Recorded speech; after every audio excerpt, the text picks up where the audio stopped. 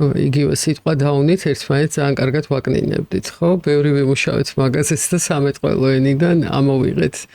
რაც ძალიან მიგვირს, იმიტომ რომ ენაში რაღაცა ცვლილება ურთულესი პროცესია და ამისთვის საზოგადოებას ძალიან დიდი მადლობა, იმიტომ რომ კარგად აყვა ამ კამპანიაში და მართლა დაიწურა. და რატო ვახსენე ეს, ხო, ჩვენი დამოკიდებულება ეგრევე ნეგატიური იყო, იმიტომ რომ ნეგატიურ კონტექსტში გვახსოვდა, იმიტომ რომ საბჭოთა კავშირის დროს ყველა იზოლირებული იყო ინსტიტუციებში, ბავშვთა სახლებში თუ ზრდასრულთა სახლებში. და ვერ ხედავდით, არ ვიცნობდით, გვეშინოდა ერთმანეთს ამ სიტყვით ვაკნინებდით, ხო? და ბევრი სტიგმა გქონდა, მათ შორის მეც დამიკნინები ამ სიტყვით სხვა ადამიანი და მეც გქონდა ჩემი შიშები დაუნის სინდრომთან დაკავშირებით, იმიტომ რომ არ ვიცნობდი და როცა მითხრეს ჩემი შვილის დიაგნოზი, პირველ რაც იყო შიში იყო, ანუ ვერ მივხვდი რა ხდებოდა, მაგრამ ბავშვთან ურთიერთობა როგორც კი დავიწყე, ჩვილთან, ეგრევე მივხვდი, რომ ანუ ბავშვია ჩვეულებრივი და ანუ გაქრა, ხო?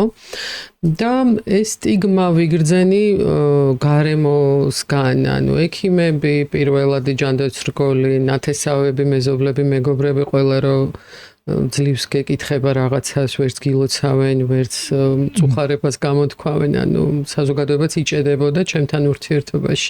და მეთქო დავიწყე მათთან ამ ბარიერების მოხსნა, გადავლახე ჩემშიც, მათშიც და გაამართლა ამან, ანუ გარემო დაიწმინდა ეგრევე და პოზიტიური გახდა, ყველას დავიწყდა ბავშვს, რომ დაუნის სინდრომი აქვს და მივხვდი, რომ იგივე მოდელი იმუშავებდა საზოგადოებაში, უფრო თუ გავიტანდი ამას, ოღონდ ერთი პატარა გოგო ვიყავი, ორი პატარა შვილი, თქმარს გაშორებული და რატო გამიშდა ამხელა ამბიციები, რომ შემეცვალა სრულიად საზოგადოება, არ ვიცი, მაგრამ დავიჯერე, რომ გამოვიდოდა და საზოგადოებაც ამყვა.